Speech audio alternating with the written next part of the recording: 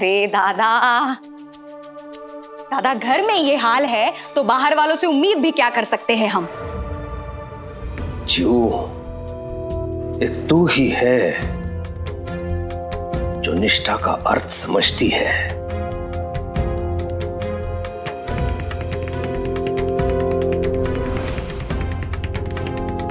और एक ये है जिसे अपने पति से अधिक संसार की चिंता है।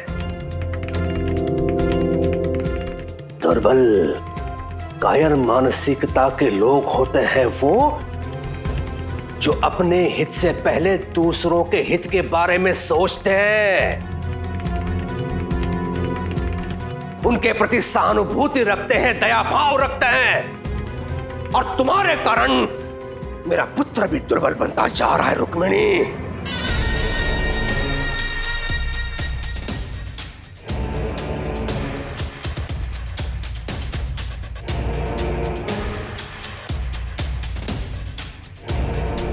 जो भी हुआ है वो केवल एक चेतावनी है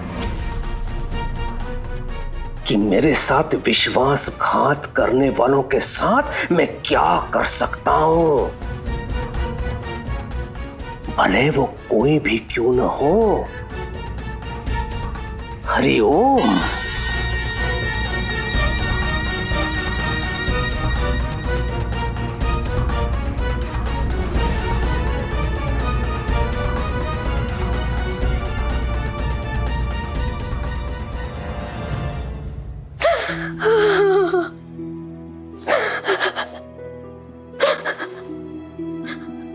उन्होंने हमारी एक नहीं सुनी, सब सामान निकाल के बाहर फेंक दिया। हम खाने के लिए बैठने ही वाले थे कि भामा, ऐसी हालत में इतना नहीं रोते। देखो मैंने कितने सारे व्यंजन बनाए हैं, तुम खाना खा लो। मैं कल ही अप्पा जी के साथ जाकर उनसे बात करता हूं। कुलकर्णी सरकार ऐसे कैसे कर सकते हैं?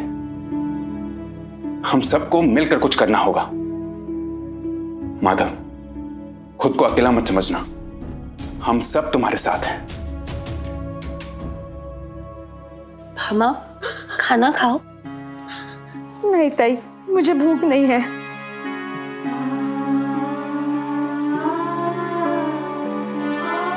मामा देखो,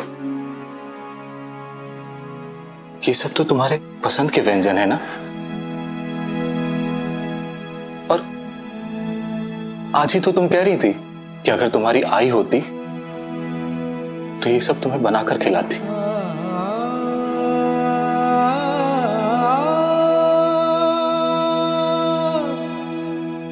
ये कैसा संयोग है, माँ ने एक बेटी की इच्छा पूरी कर दी। अब तुम ये खाना खाकर इस माँ की इच्छा भी पूरी कर दो। हाँ माँ, ये सब ईश्वर की ही कृपा है। वो कहते हैं किस्मत जिसको कर्म का फल है, जीवन में कर्म योग का मार्ग भी अटल है। जो कुछ है हाथ में तेरे यही कल है, अच्छे कर्म किए जाए तो जीवन सफल है। ओम साई ओम साई ओम साई ओम साई ओम साई ओम साई ओम साई ओम साई ओम साई ओम साई ओम साई ओम साई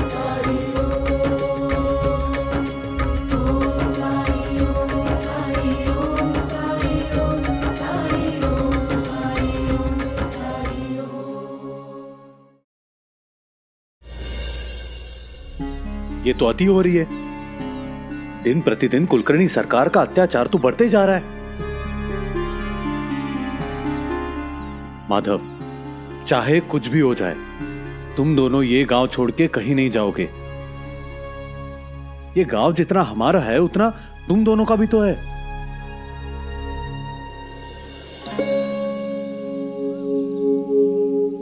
ये लो, तुम्हारी सेहत के लिए अच्छा है। यमुना की शादी हो जाने के बाद से ये घर सूना हो गया था, लेकिन कल रात से ऐसा लग रहा है कि ये घर फिर से बस गया है।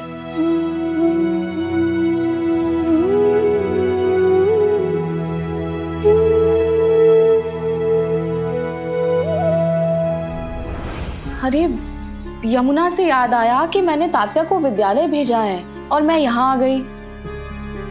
अगर पाठशाला बंद है तो वो वहां क्या करेगा? होने या ना होने से क्या तुम्हारा कर्तव्य बदल जाएगा? इतना याद रहे कि कर्तव्य का निर्वाह रुकना नहीं चाहिए किसी भी हाल में। मैं उसे लेकर आती हूँ। रुकिए भाईजान का।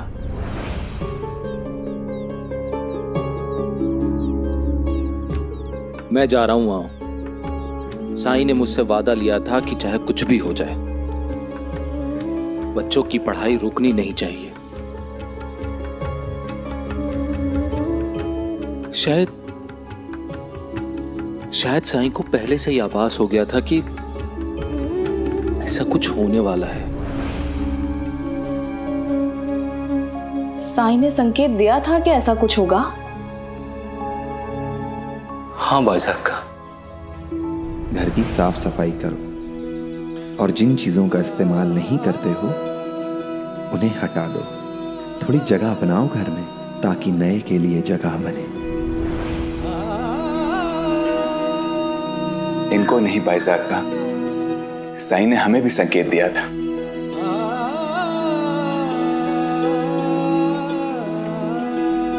उन्होंने कहा था कि घर की सफाई करो, घर में जगह बनाओ ताकि नए की जगह बन सके। वो जानते थे कि तुम लोग यहां आने वाले हो। वो चाहते भी यही थे।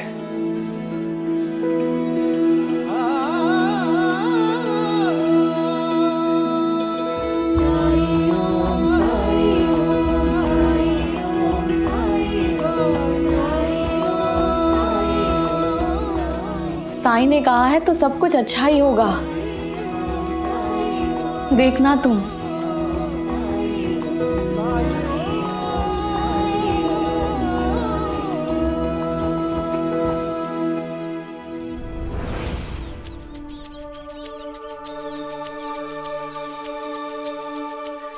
लगता है आज विद्यालय की छुट्टी है। नहीं नहीं, आज छुट्टी नहीं है। अगर होती तो अध्यापक जी हमें पहले ही बता देते। हो सकता है वो कहीं बाहर गए हो। हमें बाहर बैठकर उनका इंतजार करना चाहिए। आओ।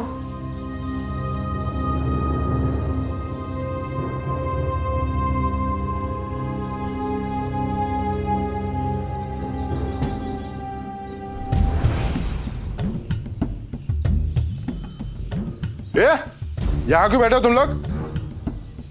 चलो जाओ अपने घर। दिखाई नहीं देता विद्यालय बंद हो चुका है और तुम्हारे अध्यापक को भी हमने यहाँ से भगा दिया है।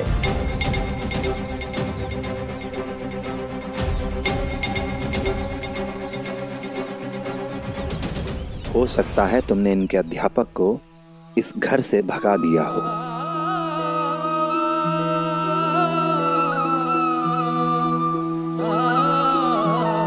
पर इन बच्चों के जीवन से इनके अध्यापक को कभी नहीं निकाल सकते। वो देखो।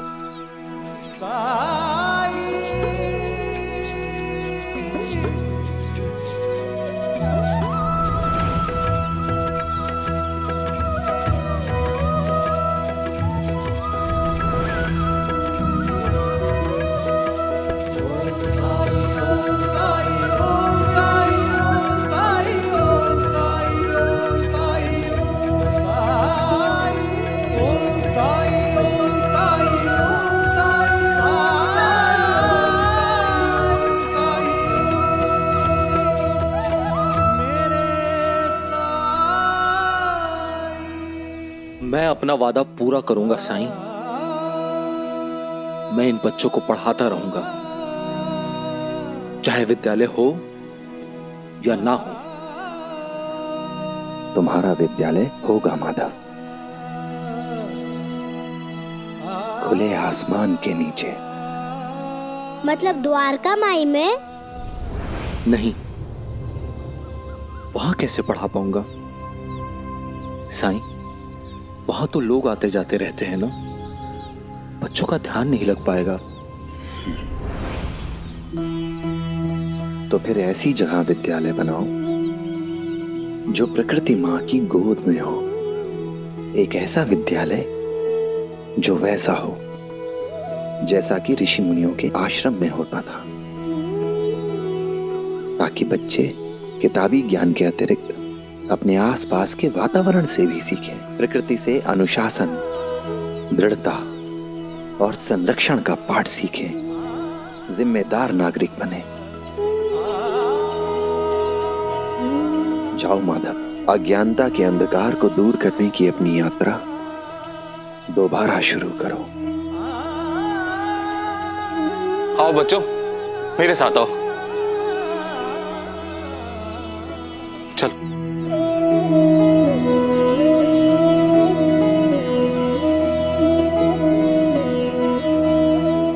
राम जी भला करें।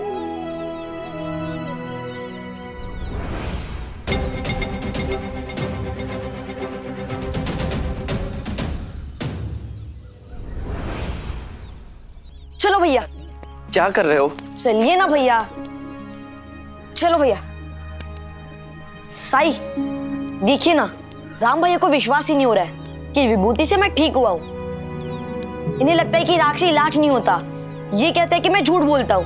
मैं अहमदनगर में अंग्रेजों के विद्यालय में पढ़ता हूँ और वहां मुझे ये सिखाया गया है कि जब तक सबूत ना मिले तब तक किसी पे भरोसा नहीं करना चाहिए। मेरी तबीयत तो ठीक हो गई ना, यही सबूत है। हो सकता है तू पहले से ही ठीक हो रहा हो, कैसे पता कि राग से हुआ? अब मेरे सामने किसी को ठीक करके दिखाएं तब मुझे विश्वास होगा ना। पर हम दोनों तो पहले से ही ठीक है, तो साई किसको ठीक करेंगे? है मेरे पास एक चीज, उसे ठीक करके दिखाएं तो मैं मानूंगा।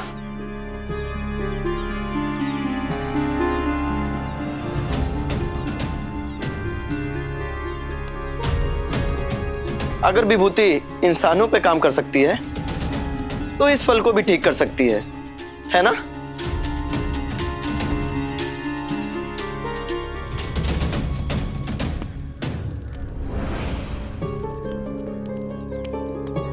देखा, मना कर दिया ना, नहीं कर पाए ना।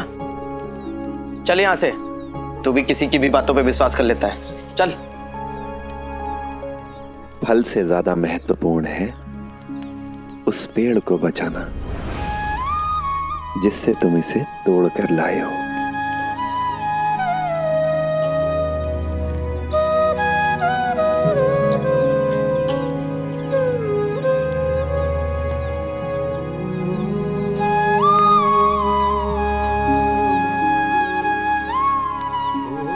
क्या हुआ है पेड़ को?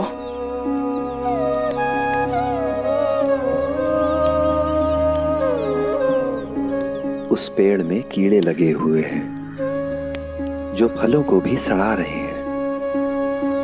मैं तुम्हें विभूति देता हूं। इसे पानी में मिलाकर पेड़ की जड़ों में डालना, पेड़ बच जाएगा और फल भी स्वस्थ हो जाएंगे।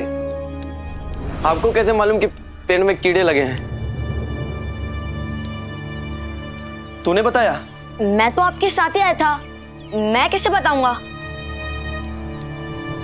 तो सड़े हुए फल को देख के आपने अंदाजा लगाया होगा, है ना? इससे कुछ सिद्ध नहीं होता। आप अपनी विभूति अपने पास ही रखिए। आप अनपढ़ लोगों को मूर्ख बना सकते हैं, मुझे नहीं।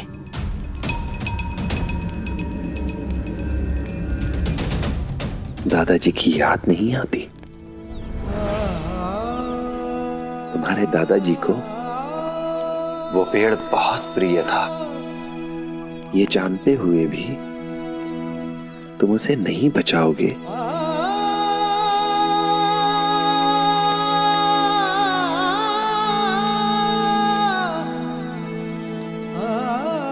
जब तुम 5 साल के थे तब तुमने और तुम्हारे दादाजी ने मिलकर वो पौधा लगाया था। पौधा धीरे धीरे बड़ा हुआ, पेड़ बन गया, तो तुम्हारे दादाजी ने उस पर झूला डाला। तुम्हारे दादाजी तुम्हें झूला झुलाते, तुम्हारे साथ खेलते और शाम को पेड़ के सबसे अच्छे फल चुनकर तुम्हें देते थे। लेकिन दादाजी की मृत्यु के बाद तुमने उस पेड़ का ख्याल नहीं रखा, उसमें कीड़े लग गए, वो पेड़ मर रहा है। अगर तुमने उसका ख्याल नहीं किया तो वो गिर जाएगा और उसके गिरने के साथ ही तुम अपने बचपन की निशानी, अपने दादाजी की दी हुई सबसे प्यारी चीज, उस पेड़ को हमेशा के लिए खो दोगे।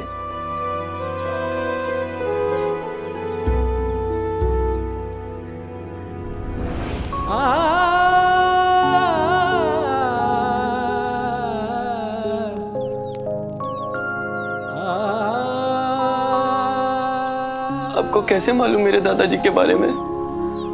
दादाजी को गुजरे हुए 7 साल हो गए। मैंने आज तक किसी से दादाजी के बारे में बात नहीं की, आज भी नहीं कर पाता हूँ, पर मैं उन्हें हर दिन याद करता हूँ।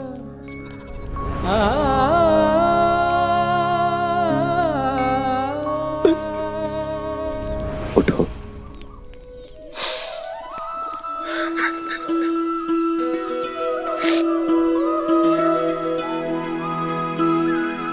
तुम्हारे दादाजी अब तुम्हारे साथ नहीं है, लेकिन उनकी सबसे प्यारी चीज, उनकी निशानी, वो पेड़ तुम्हारे साथ है। उसकी देखभाल करो, ख्याल रखो उसका। फिर देखना उसकी छांव में तुम अपने दादाजी के आशीर्वाद को महसूस करोगे।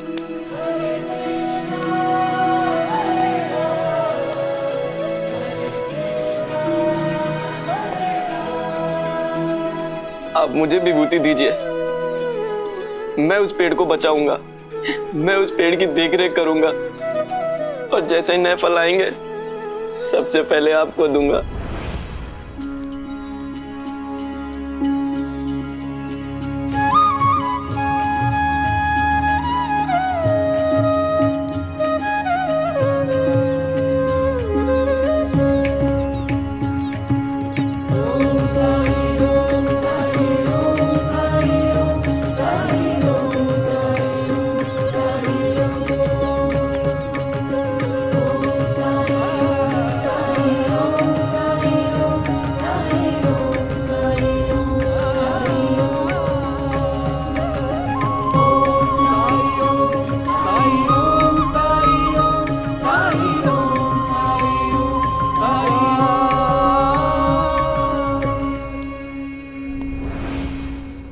गुरुजी, जिप्री को माँ के काम में हाथ बटाने जाना पड़ा। ठीक है।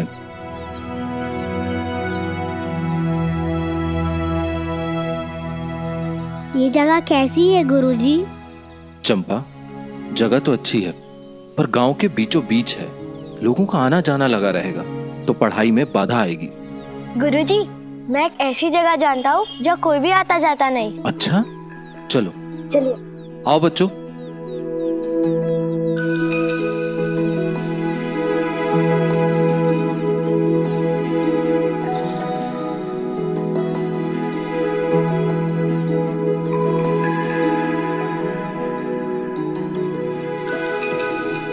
गुरुजी, इस जगह पर कोई आता जाता नहीं।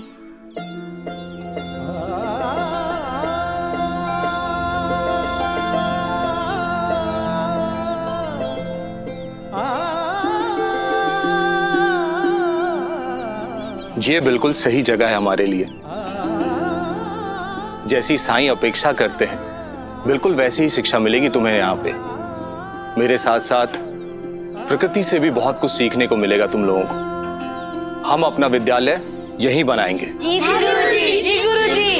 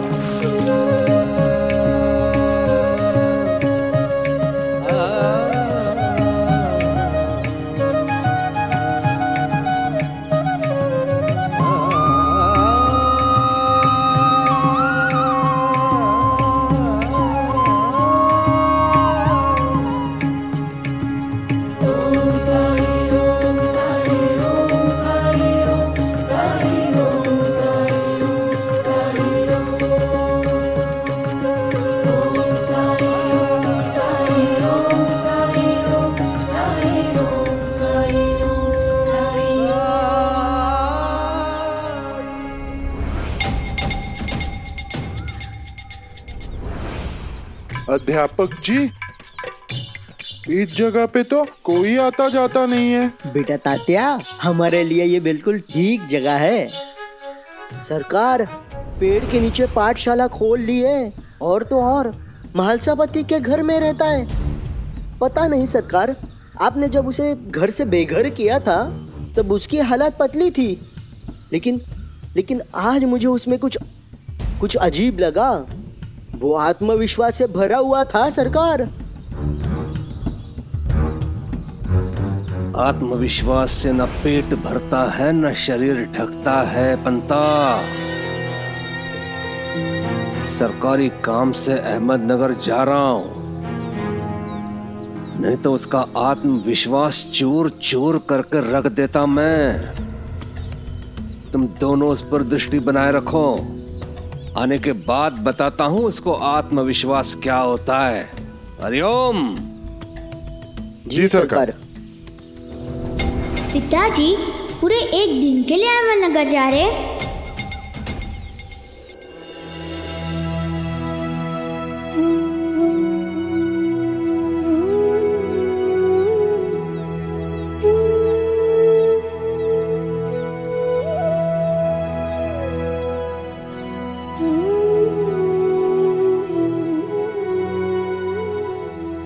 विट्ठल की कृपा से सब ठीक हो गया। शिरडी में ही आश्रय मिल गया हमें। लोगों ने सहायता की हमारी, वरना तुम्हें इस हालत में लेकर पता नहीं मैं क्या करता। ये लोग बहुत अच्छे हैं, फिर भी सोचना तो पड़ेगा ना हमें, कब तक यहाँ और फिर किन परिस्थितियों में हम अपने बच्चे को जन्म देंगे, जब हम खुद ही बिना आश्रय के रह रहे हैं। हमारे पास तो इतना भी नहीं कि हमारे मूल आवश्यकताओं को हम पूरा कर सके। ऐसे में महालसापति जी और उनके परिवार को कितना कष्ट दे। भामा, चाहता तो मैं भी हूं कि घर के खर्चों में अपना योगदान दूं, पर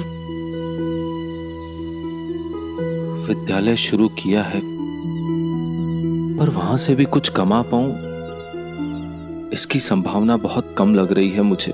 सच कहा आपने, बोझ बन गए हम महालसापति जी के परिवार पर। बिल्कुल सच कहा तुमने।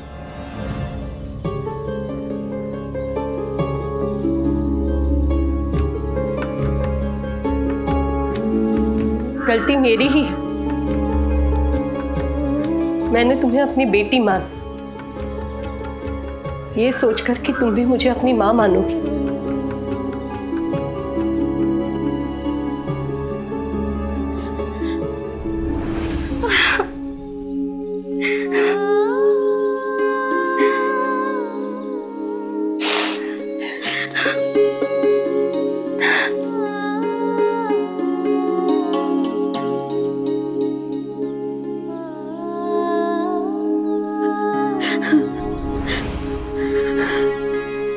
ऐसा नहीं है। आज अगर मेरी माँ होती वो भी इतना नहीं करती जितना आप मेरे लिए कर रहे हैं। लेकिन हमें चिंता तो उसकी है जो इस संसार में आने वाला है। हमारे पास उसको देने के लिए कुछ भी नहीं है आज।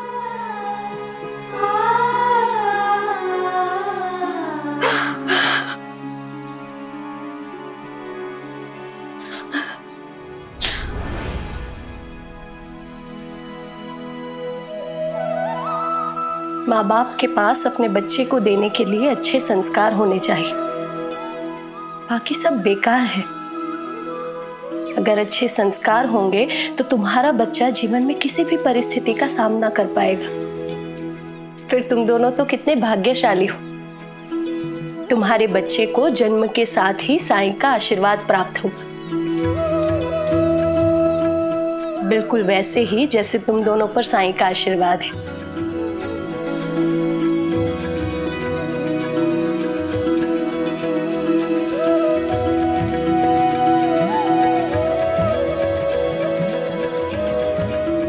अरे वाह, विट्ठल की मूर्ति की स्थापना भी हो गई।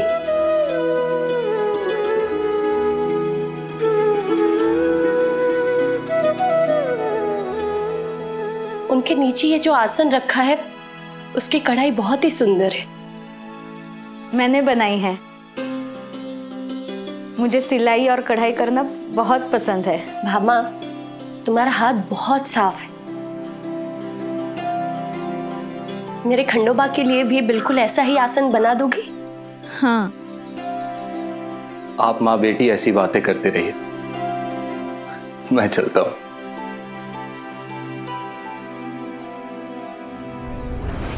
अंता जी, सरकार ने माधव पर नजर रखने के लिए कहा है। हाँ पंता जी, लेकिन ये माधव तो बहुत बड़ा बेशरम निकला। वो बेशरम है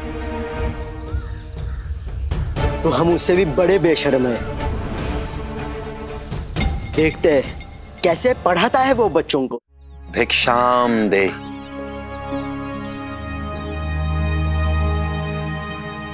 साईं, अच्छा हुआ आप आ गए। आपसे कुछ बात करनी थी। पहले आप ये स्वीकार कीजिए। मेरे साथ आओ। साईं,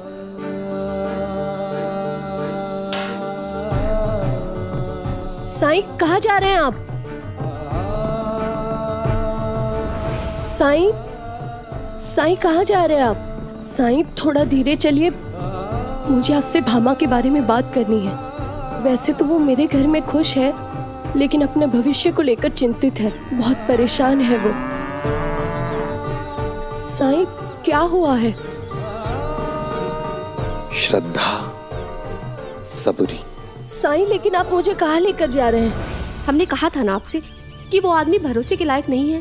दे दिया ना इन वक्त पर धोखा, फंसा दिया ना हमें। मुझसे भूल हो गई उसे पहचानने में, लेकिन अब क्या करें? कुछ समझ। साईं,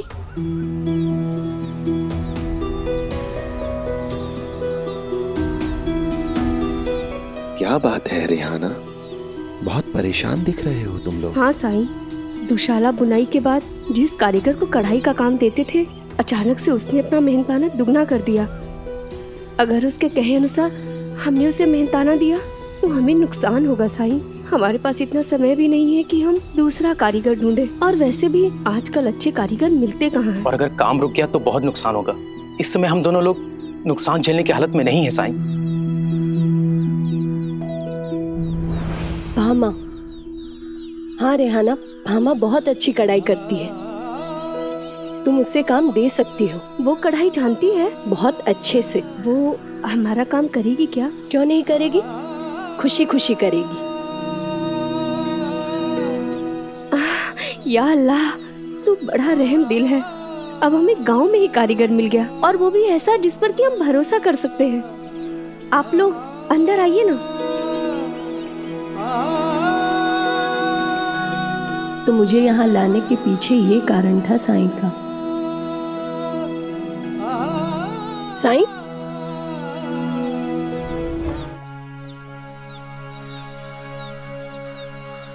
जैसी जिसकी नीयत वैसी उसकी बरकत।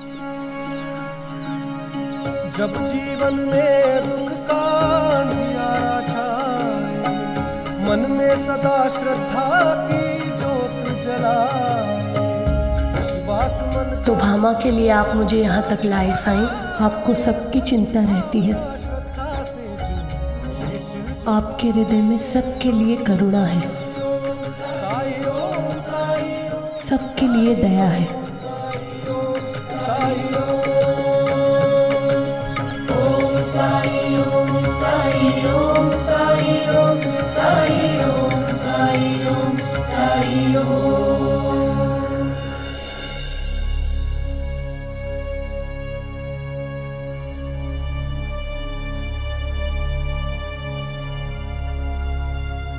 माँ, पिताजी अहमदनगर गए, वो कल लौटेंगे ना? हाँ। तो क्या मैं अपने दोस्तों से मिलाऊं? अंताजी पंताजी कह रहे थे कि अध्यापक जी ने एक पेड़ के नीचे नई पाठशाला खोली है। केशव, तुम्हारे पिताजी ने तुम्हें बाहर निकलने से मना किया है ना? और तुम तो जानते हो तुम्हारे पिताजी अध्यापक जी से कितना चिढ़ते हैं। कहीं उन्हें पता चला कि तुम उनसे मिलने गए थे, कहीं वो तुम्हें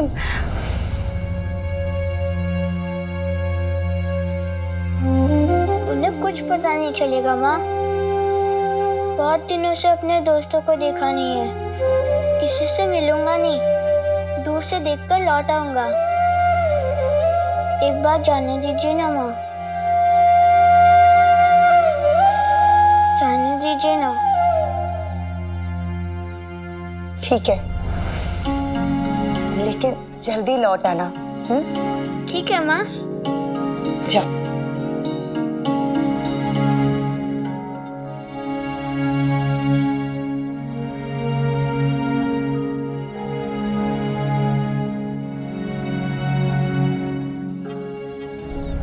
बच्चों, अब मैं तुम्हें एक कविता सुनाऊंगा और तुम्हें उसे मेरे बाद दोहराना है, ठीक है? हो कठिन जो राह तो रुकना नहीं चलना ही है।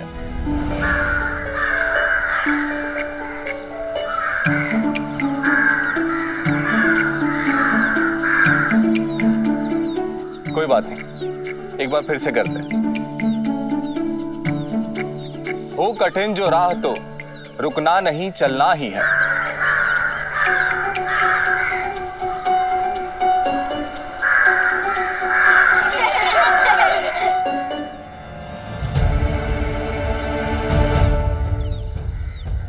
अध्यापक जी, ये कौवे भी हमारे साथ कविता पाठ कर रहे हैं।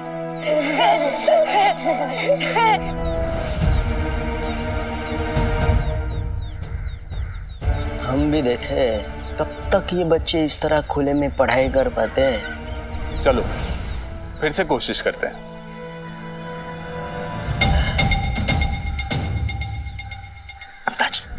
हो कठिन जो राह तो रुकना नहीं चलना ही है। वो कठिन जो राह तो रुकना नहीं चलना ही है। ये क्या गिरा मेरे ऊपर?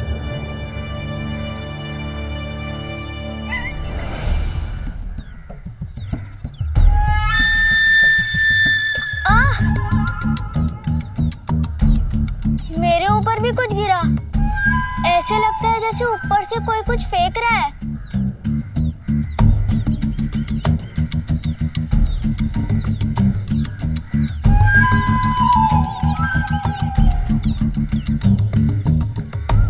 पेड़ के नीचे पढ़ाई करोगे तो ऐसे ही होगा ना? हो सकता है कोई पक्षी, कोई चिड़िया या फिर बंदर। बंदर भी तो है यहाँ। बंदर? होगा कहीं, लेकिन तुम लोग कर भी क्या सकते हो? उस खंडर में रहने वाले साईं के भक्त इसी तरह की पाठशाला में पढ़ेंगे ना। हमारी द्वारका माई को खंडर सिर्फ बंदर ही समझ सकते हैं। पेड़ के नीचे शिक्षा पाने वालों पर हंसने वाले सिर्फ अनपढ़ ही हो सकते हैं।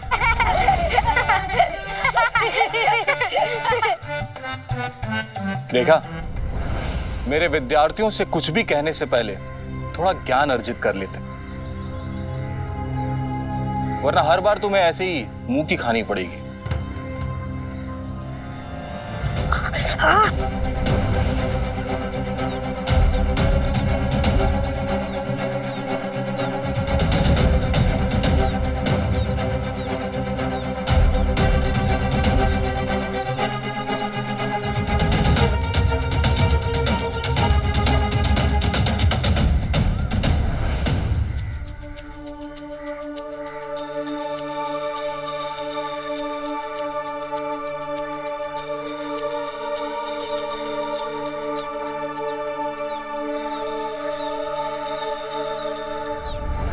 लगता है जैसे सचमुच कोई बदमाश बंदर है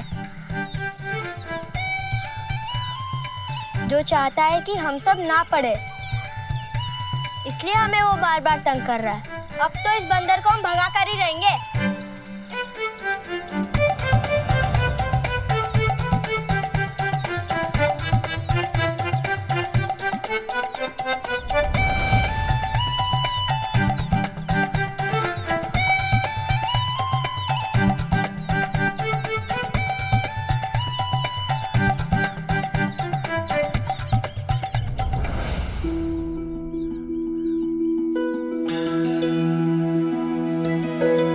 काम देने के लिए बहुत बहुत शुक्रिया।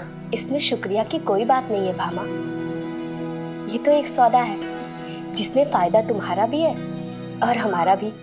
कारीगर को काम देने के लिए मुझे शिरडी से बाहर नहीं जाना पड़ेगा, तो समय और पैसे दोनों की बचत होगी। मैंने तो अली के अब्बू से कह दिया है कि जिस कारीगर को आप काम देने वाले थे उसने तो मना कर दिया, पर अब मेरी सहेली इस काम को पूरा करेगी।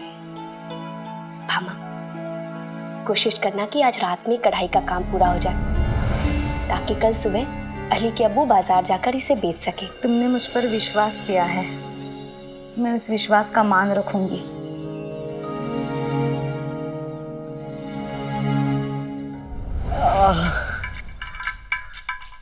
मैं तो सरकार को अपना मुंह दिखाने लायक नहीं रहा अंदाजी।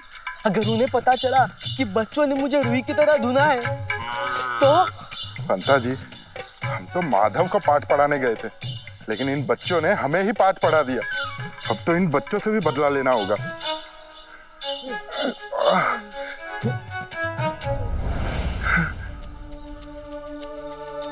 वैसे अंता जी, अगर वहां पर बच्चों के साथ कोई दुर्घटना घट जाए तो उनके माता पिता खुद ही बच्चों को पाठशाला भेजना बंद कर देंगे, है कि नहीं? कर तो देंगे, लेकिन दुर्घटना कैसी और कैसे घटेगी? वहां तो ना ही दीवार है ना ही कोई छत, फिर कैसे होगा? हाँ!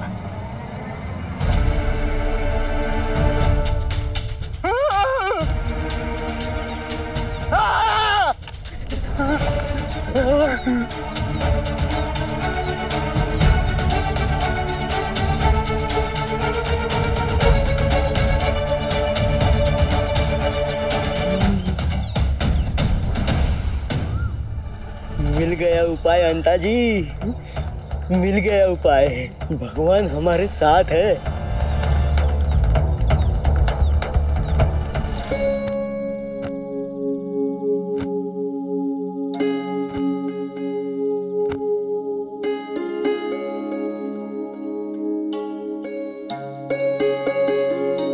भामा, बहुत देर हो गई है, चलो सो जाओ। नहीं, मैं काम खत्म करके सो जाऊंगी। मैंने रिहाना को वादा किया है, सारी दुशाला में कढ़ाई करके उसे सुबह देना है। बस 2 ही बचे हैं। आप सो जाइए। नहीं तो फिर मैं भी तुम्हारे साथ जागता हूँ। कैसी बातें कर रहे हैं? सुबह उठ के आपको बच्चों को पढ़ाना भी तो है। आप चिंता मत कीजिए, आप सो जाइए।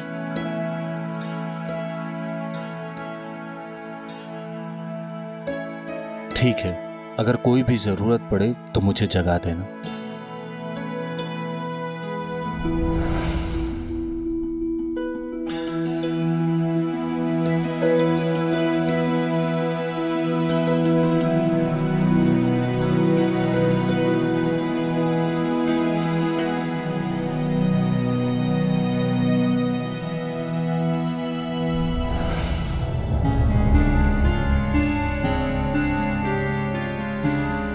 हे पांडुरंगा, धागा तो खत्म हो रहा है।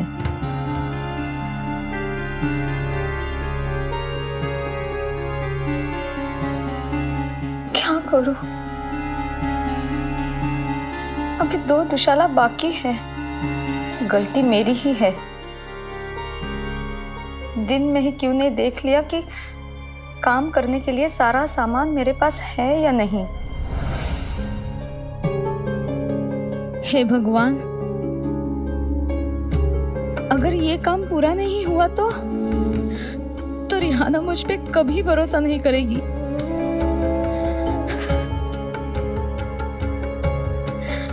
जीने का एक ही साधन मिला था और वो भी हाथ से चला जाएगा। साईं मेरी मदद करिए, सहायता करिए साईं।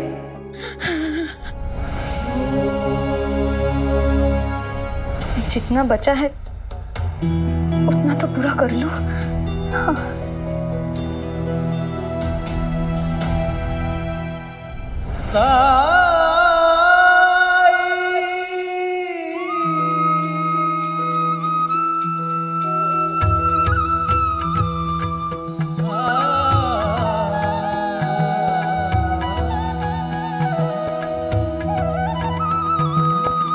आया हूँ साई मोरे बीच मझधार, तुम ही लगा दो साई अब मुहे पार। थाम ले हाथ में साई मोरी पतवार, मोरे साई मोरे दाता तुम ही हो मोरे तारणहार। ओम साई ओम साई ओम साई ओम साई ओम साई ओम साई ओम साई ओम साई ओम साई ओम साई ओम साई ओम साई ओम। मैं ना जानूं कौन है तू, राम है या रहीम है तू। मेरे लिए तो एक है तू, एक भी तू अनेक भी तू, एक भी तू अनेक भी तू। जन्मों के पर्वत लांघ के आया तेरे दर में साई रे, कृपा दृष्टि से मिट जाएंगे तेरे लख 84 रे। भवसागर तर दे, घन दुख के हर दे, तुम कृपा सिंधु दे अमृत बिंदु। अलख उजियारे दीनों के सहारे। ओम साई ओम साई ओम साई ओम साई ओम साई ओम साई ओम साई ओम साई ओम साई ओम साई ओम साई ओम साई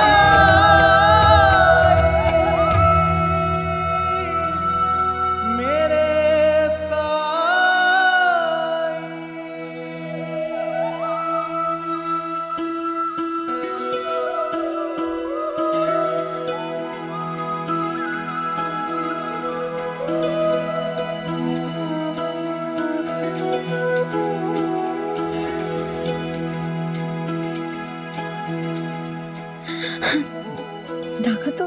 धागा तो खत्म होने को आया था, फिर भी मेरी सारी दुशालाओं में कढ़ाई पूरी हो गई। ये कैसे हो सकता है?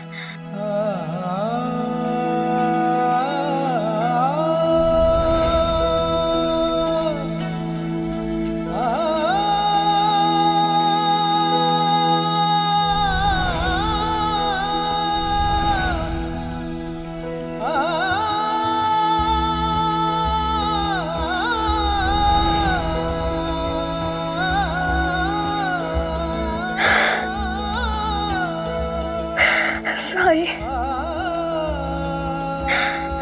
सच में आप हमारे साथ हो, हर पल, हर समय, हर हाल में। ओम साई राम, ओम साई राम। सरकार रहम सरकार। सरकार सरकार 10 दिन और लगेंगे आपकी ब्याज की किस्त चुकाने में। यदि समय पर ब्याज नहीं दोगे तो तुम्हारी भूमि पर मेरा अधिकार हो जाएगा। हरिओम। पिताजी तो अहमदनगर से कल लौटने वाले थे, आज कैसे आ गए?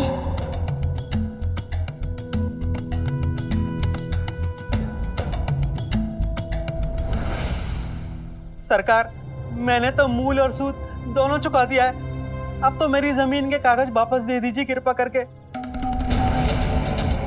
ठीक है, आज दिखा भाई मैं जांच करूंगा और कल बताऊंगा तुम्हें। जाओ।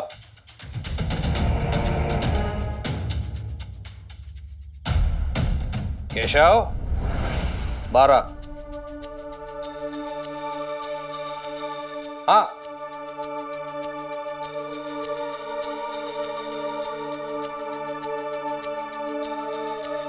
क्या देख रहा था? चुप कर। वो क्या वो बैठ।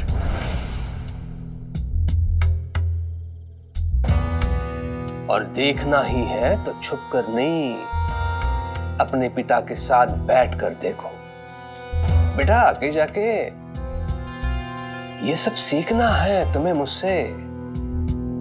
अत्यंत महत्वपूर्ण बात,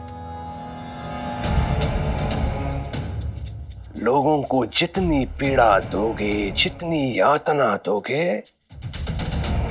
उतने ही बलशाली समझे जाओगे तुम।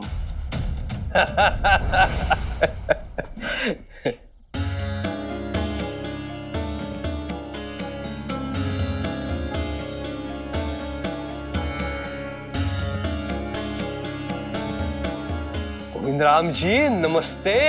नमस्ते नमस्ते। आप मतलब देवीदास जी शिरडी वापस आ गए हैं? हरिओम हरिओम। केशव आ बेटा, चरण स्पर्श कर इनका। आयुष्मान भव। हरिओम हरिओम। ये गोविंद राम जी है, देवीदास जी के शिष्य। देवीदास जी एक बहुत बड़े सिद्ध पुरुष है, उनके शिष्य है ये। उसके जैसे नहीं जिसे तुम सिद्ध समझते हो। हरिओम। ये किसकी चर्चा कर रहे हैं आप? नहीं ऐसे समझा रहा था। आप बताइए, आप गुरुजी के साथ कब लौटे शिरडी? गुरुजी तो अभी काशी में ही है, वे शीघ्र ही शिरडी लौटेंगे। उन्होंने आपके लिए गंगा जल भेजा है, बस वही देने आया था। हरिओम हरिओम।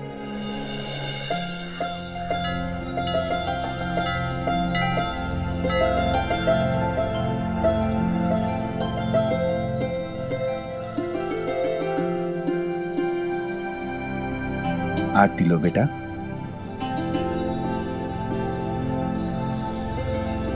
इस दिए की रोशनी की तरह हमेशा तुम्हारा जीवन रोशन रहे, तुम्हारे दिन और रात खुशियों से जगमगाते रहें। आज तुम्हारे जन्मदिन पर ढेर सारा आशीर्वाद।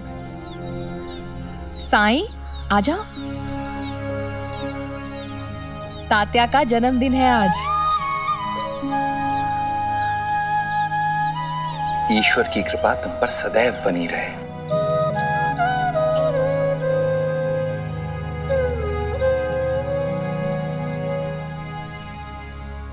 ये लो, और ये तुम अपने दोस्तों और अध्यापक जी को देना। मिठाई है इसमें।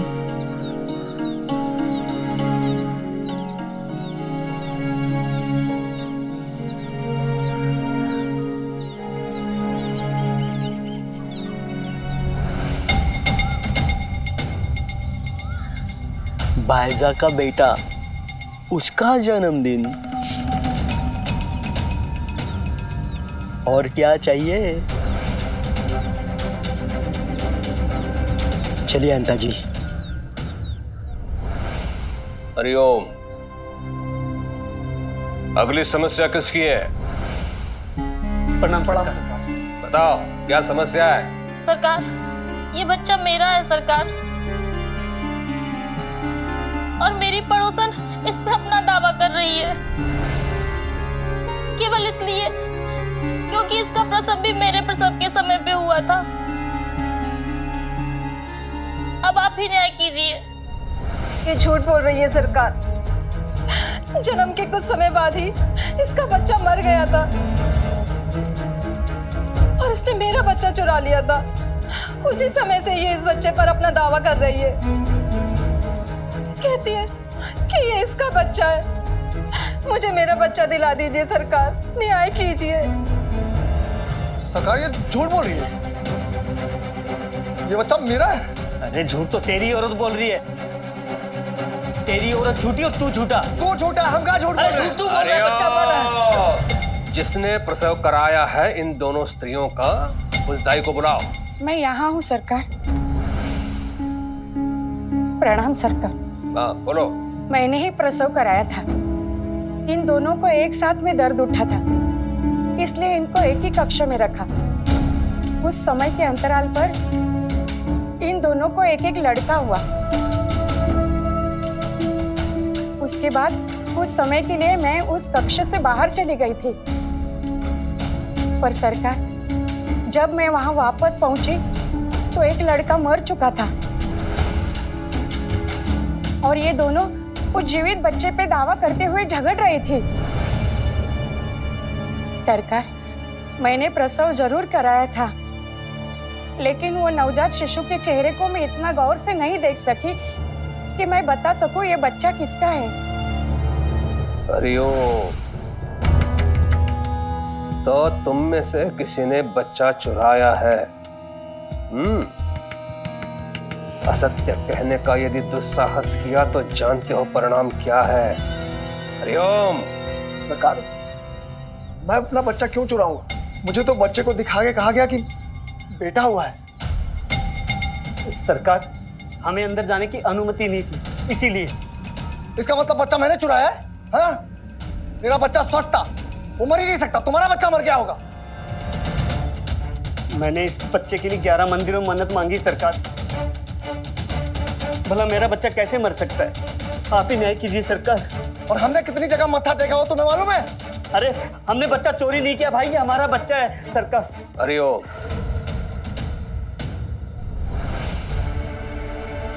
बच्चे का चेहरा देखकर यह प्रतीत होता है कि इसकी मां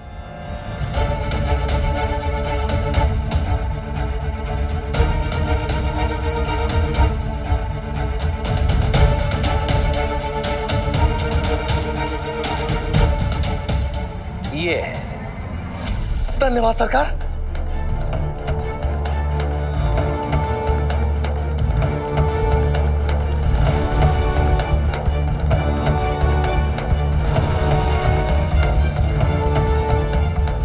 ये कैसा न्याय है सरकार? इसकी मां मैं हूं, ये मेरा बेटा है।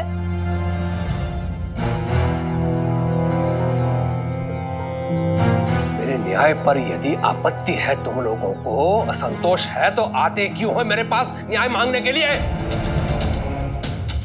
क्यों समय व्यर्थ करते हो मेरा? हरिओम।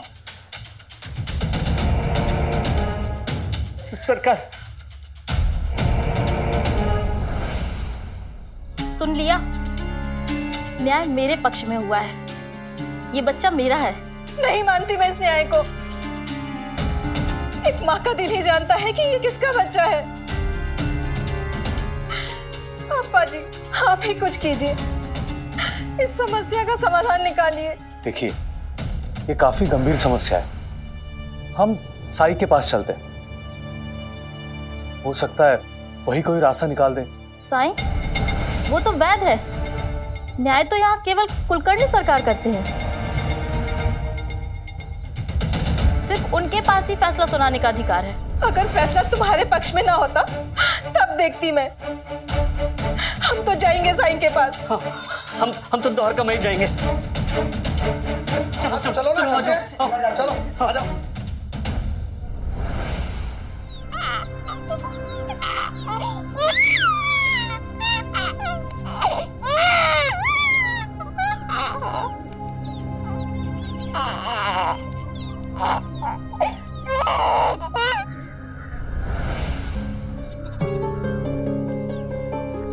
बच्चे को शांत कराओ।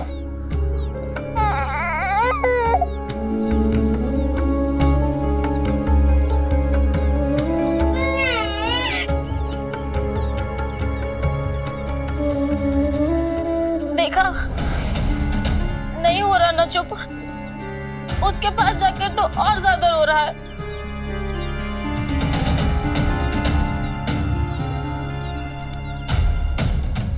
तो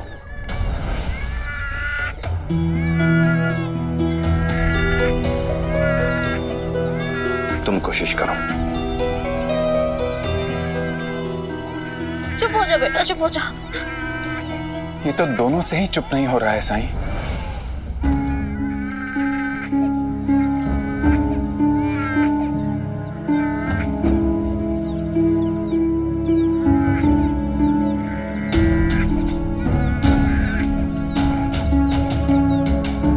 तुम लोग बच्चे को पाने के लिए कुछ भी कर सकते हो, है ना? हाँ साईं। हाँ।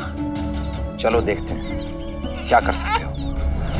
पापा जी, वो कंबल उठाइए।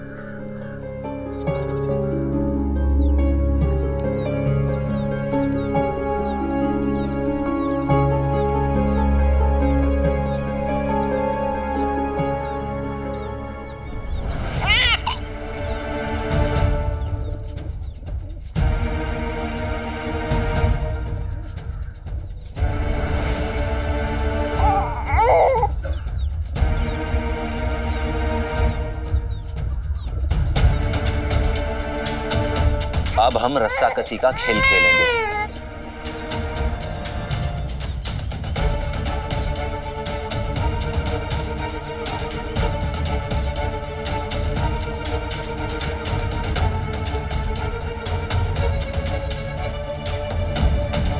जो भी बच्चे को अपनी ओर खींचने में कामयाब होगा, बच्चा उसी को मिलेगा, चाहे बच्चा उसका हो या ना हो। तैयार हो? हाँ, हम तैयार हैं। हम भी तैयार हैं साईं। तुम्हें ये खेल जीतना ही होगा। देखो, तुम्हें ये खेल जीतना है। मैं भी देखती हूँ कैसे छीनती हो तुम मुझसे मेरा बच्चा।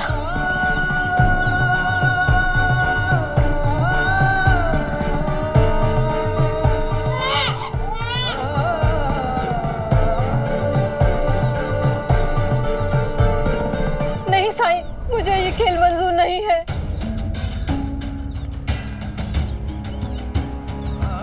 मैं झूठी, वो सच्ची। मैं बच्चा उसे देने के लिए तैयार हूं। इस खेल में मेरे बच्चे की जान भी जा सकती है। मैं उसको दर्द में नहीं देख पाऊंगी। अरे क्या कह रही हो तुम? ये तुम अपना बच्चा इन्हें दे रही हो? बच्चा मेरे पास ना सही, उसके पास ही सही, पर सुरक्षित तो रहेगा ना वो। मेरी आंखों के सामने तो रहेगा ना वो। देखा देखा, ये बच्चा मुझे दे रही है। साबित हो गया ना ये बच्चा किसका है।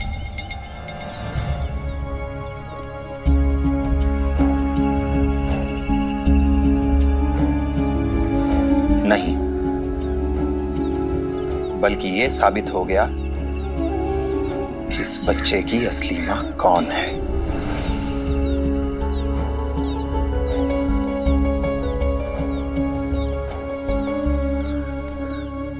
अपनी संतान के लिए त्याग का अर्थ समझने वाली, खुद से पहले अपने बच्चे की फिक्र करने वाली, अपने बच्चे की सलामती के लिए बिना किसी संकोच हार जाने वाली वो मां ये है।